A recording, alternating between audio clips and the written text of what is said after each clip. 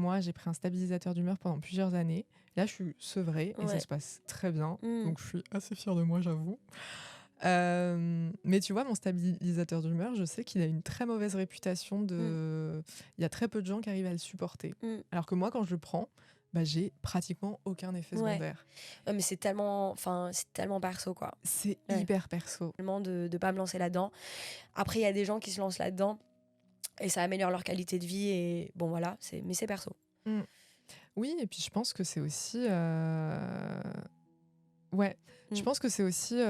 tu vois, est-ce que ça, c'est... Bah, en fait, tu le disais très bien avec la thérapie tout à l'heure.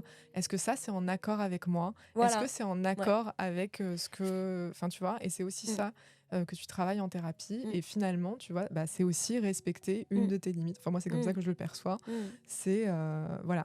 Et dans la nouvelle psychiatrie communautaire de demain, où j'y crois très fort, de redonner le pouvoir d'agir et de aussi considérer que bah, finalement, les patientes en psychiatrie, bah, c'est eux qui ressentent les choses, donc c'est eux... voilà.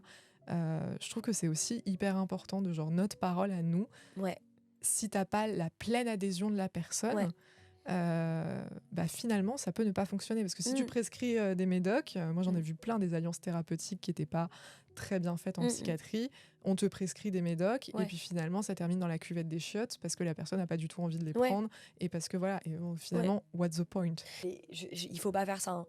Mais je l'ai un peu arrêté du jour au lendemain et j'avais rendez-vous au CMP et j'avais un peu peur qu'on me tape sur les doigts. Et je l'ai dit donc à la psychiatre qui me suivait et elle m'a dit non mais ok. Et elle était en mode bah je vais pas t'en represcrire, enfin si tu veux pas je t'en represcrirai pas. Il y a pas eu on m'a pas poussé à en prendre et j'ai trouvé ça cool. Ou pareil, j'étais radicalement opposée à la prise de médicaments à cause des effets secondaires. Et pareil, elle m'a dit mais vous savez, si vous avez trop d'effets secondaires, on arrête. Et là, du coup, j'ai été d'accord avec cette psychiatre-là et pas avec une autre psychiatre.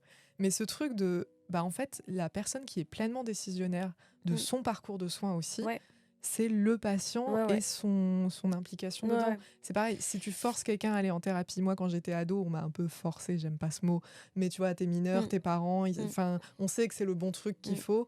Et en même temps, j'étais ado profondément en désaccord, donc finalement, ça servait à rien, clairement.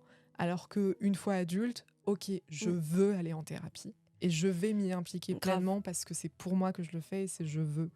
Et en fait, je trouve que la démarche dans laquelle on fait, bah, ça joue aussi sur la pleine adhésion aux soins. C'est ça aussi qui va faire en sorte à ce que ça va être efficace et ça va fonctionner.